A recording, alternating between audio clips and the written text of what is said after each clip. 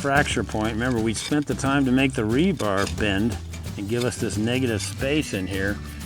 And so that's really a good thing to remember and put in to the rock design. All right. All right. So there's sort of a little, this could be like a little peel away thing. Clear it out so you can see what you got. I think you're getting the idea. Knock down those little spit marks. Bring this down. Keep that cut going where it would. A little bit of a thing here. And then I'm going to start one off below it. They're both the same length, so that's not good. So I need to do something with one of them so there's not symmetry. And as I'm looking at this, I am pondering.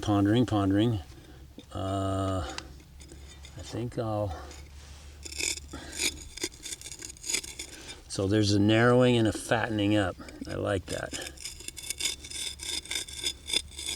Zigging and a zagging.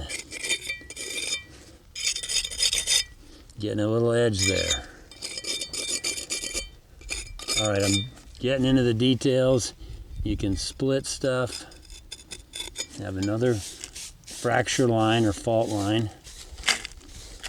Third, 2/3. That rule of thirds is really, really important. Want to try to have the overlap of this sticking out more than this. If you got the room and you designed it in, that's awesome. And I'll walk over here.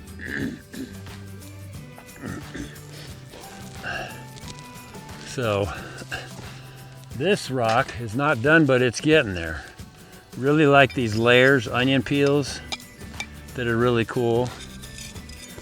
And might play with this a little more, add something else, maybe a little detail.